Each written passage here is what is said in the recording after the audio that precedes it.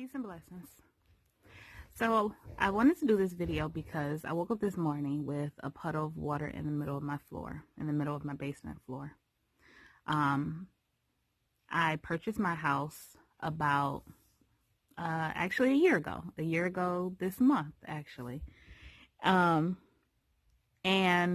prior to purchasing the home, I went through the process of going through a traditional mortgage, which was extremely intimidating, extremely scary. Ultimately, I ended up backing out. Continued with my rental payments in my home, and eventually my landlord asked me if I wanted to purchase the home. I ended up doing it on a land contract, which actually worked out perfect for me, just because of how we laid out that contract. But also because I was already in a house that I was familiar with, that I actually loved, and there weren't any issues that would make me feel like I needed to be somewhere else. No plumbing issues, no roofing issues, no issues at all. I probably saw my landlord a total of 10 times in the 4 years that I live here before I purchased it. With that said, that fear that I had was based on the financial responsibility that comes with owning a home. And this morning, when I woke up with the puddle in my finished basement carpeted floor, I'm actually surprised at how I'm handling it. I don't feel overwhelmed. I'm not crying. And I'm actually just shocked at how I'm handling it. So it made me think about that happiness journey that I'm on, and how I deal with things, how I let things affect me will affect my journey. So today could be a terrible day just on the strength of I woke up to a puddle of water that continues to grow. You can see it there. It looks awful. Yeah, so it continues to grow. I'm waiting on the waterproofing company to get here, which couldn't get here until sometime between 2 and 3. But I'm waiting for them to get here. But I'm handling this so well, and I'm so shocked. And I feel like this is how I need to handle fear and things that make me uncomfortable all the time.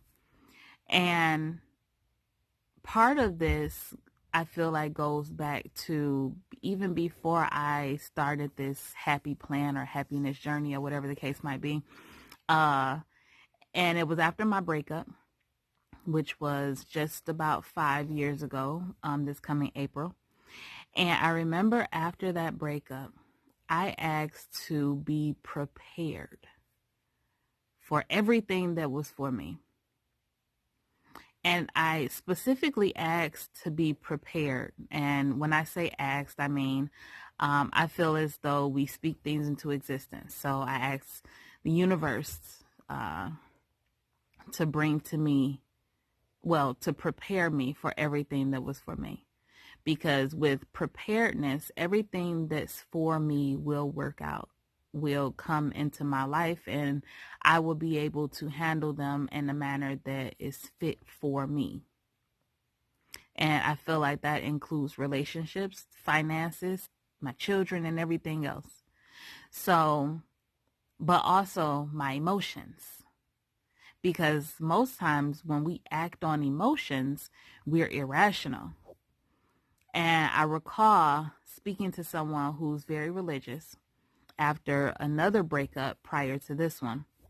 And, well, actually before the breakup, she kind of helped me come to the decision that I needed to end that relationship.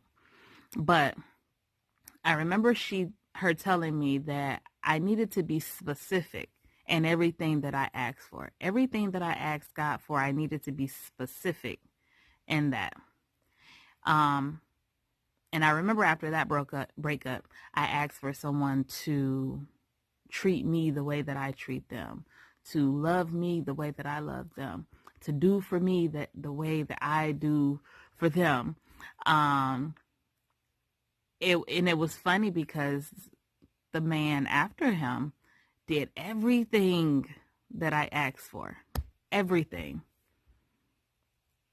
But the thing about it is, I wasn't prepared to love him the way he needed to be loved, and he was not prepared to love me the way I needed to be loved.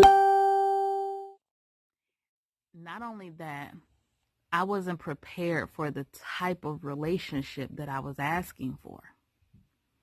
I was asking for a lot of commitments, a lot of adulting that required me to do things and compromise, not in a negative way, but in a positive way, because in relationships, it's necessary to compromise. We do it all day with our children. We do it all day with our family. So for a healthy relationship, there is some compromise, but also loving someone the way they need to be loved. But you have to be prepared for this. And I feel like in preparation of anything is understanding who you are, how you operate. When you're under pressure, what do? Do you run?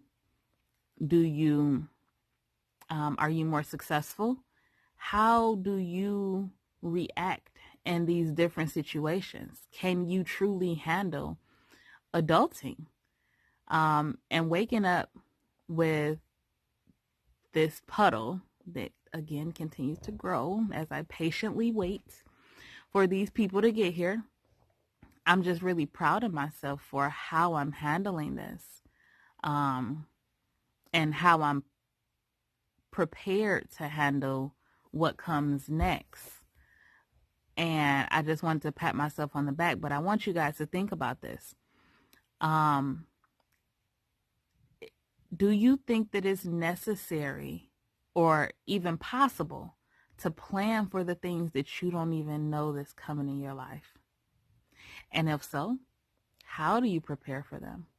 For me, it was getting to know me, getting to understand who I am, how I am, what I'm willing to compromise on, what I need to be willing to accept of something or someone else. So on this road to happiness, I'm having a moment where, like, all right, Key, I did okay. I ain't trip out. I ain't crying. And it's going to work out.